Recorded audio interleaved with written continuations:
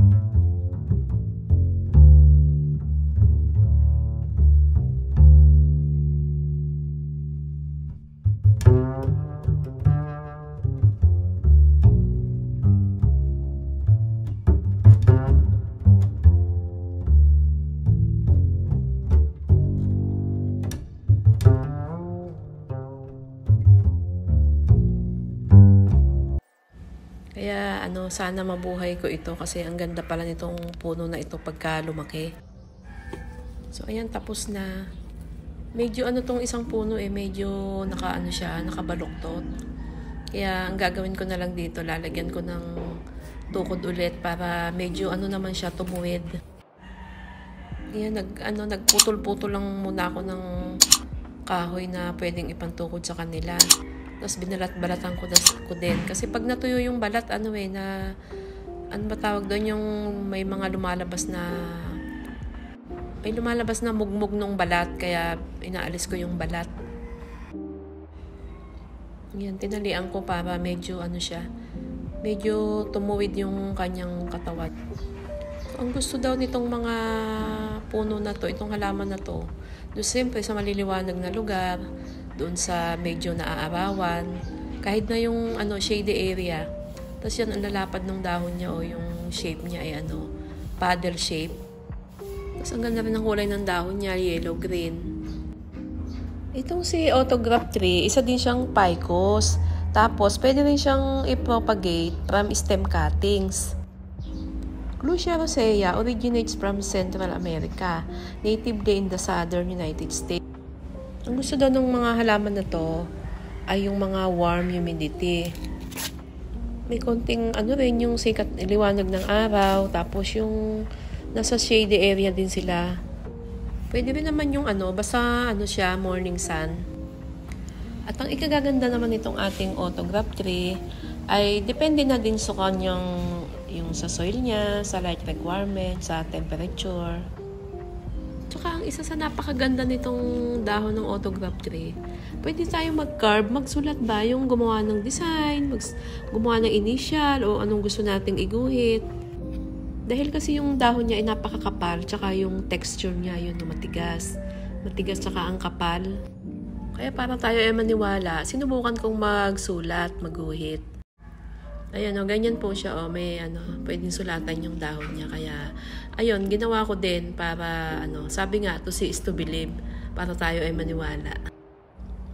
Yan, isusulat ko po yung aking YouTube channel, David Mamay. Inuna ko lang muna yung Mamay. Ayan tingnan niyo siyang mabuti. Talagang makakapagsulat ka sa dahon, no.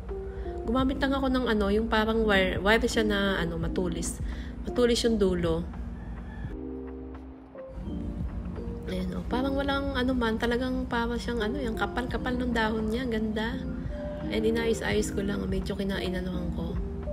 Medyo malalim ng konti.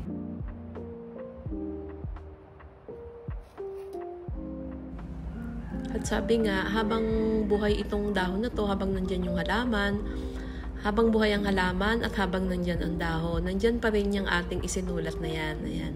Hanggang sa lumaki na sila. Kumbaga forever na daw yan na nandyan. Ayan, kaya sa tinawag na autograph tree, pwede nating sulatan ng dahon. Ayan, tapos na. A day with Mama E. Subscribe na po kayo. Nalagyan ko rin pala ng yung year 2022.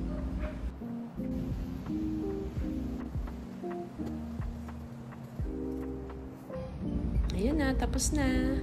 O, diba? Ang ganda-ganda. So, nag-try nga din ako sa, sa isang dahon ng rubber plant ko. Tinry ko kung ganito din yung lalabas na itsura niya. Ito siya, nagsulat din ako. Hindi siya, hindi siya halos makita. Iba talaga yung dahon ni autograph tree. Parang pencil yung pinansulat. Nagbubulaklak din siya kapag summer, Tapos, ito yung, niya. Tapos may bunga siya ito. Tsaka toxic to sa toxic to sa human and sa mga pets. Pero wala naman daw epekto kapag sa mga birds and mga wildlife yung nakakain ito. So ayan po, pagka lumaki na siya, ganyan yung itsura niya. Ang ganda-ganda variegated ang kanyang dahon. May isang variety nga pala nitong itong autograph tree. Maliliit yung kanyang mga dahon, Ganda-ganda na niya, Gusto ko nga pala ipakita sa inyo si Black Prince, yung niripat ko nung October. May video din ako nun yung niripat ko to. Ayan may suloy na. Tapos tinapkat ko siya noon bago ko siya iripat. And ito po yung picture niya, October 22. Tapos pakita ko na rin sa inyo to si Burgundy, Ganda-ganda nung niya. Usbong niya. Gusto ko rin itong pro cuttings. Ayan ang laki ng kasi niya Gusto ko siyang pagputol-putulin para dumami.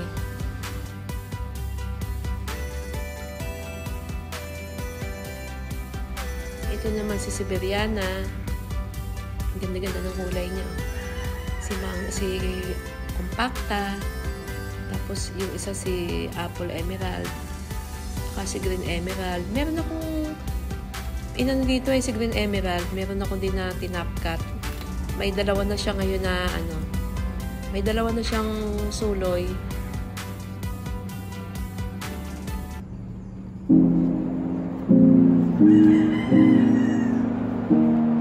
Itong haba ng dahon niya, ganda.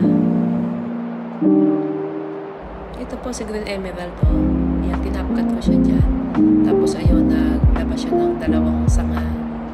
Ayan, ang ganda-ganda niya. Ganyan lang ginagawa ko para siya magsanga. Nung September 21, ayan, pinutol ko siya dyan. Tapos yun, dalawa yung binigay niyang sanga. Dito ko na po tatapusin ang aking video. Kung mayroon pa akong hindi nasabi, isulat ko na lang po sa description box. Sana po nagustuhan niyo ang aking video. And don't forget to like, share, and subscribe. Bye! Ingat po tayo lahat. God bless us all.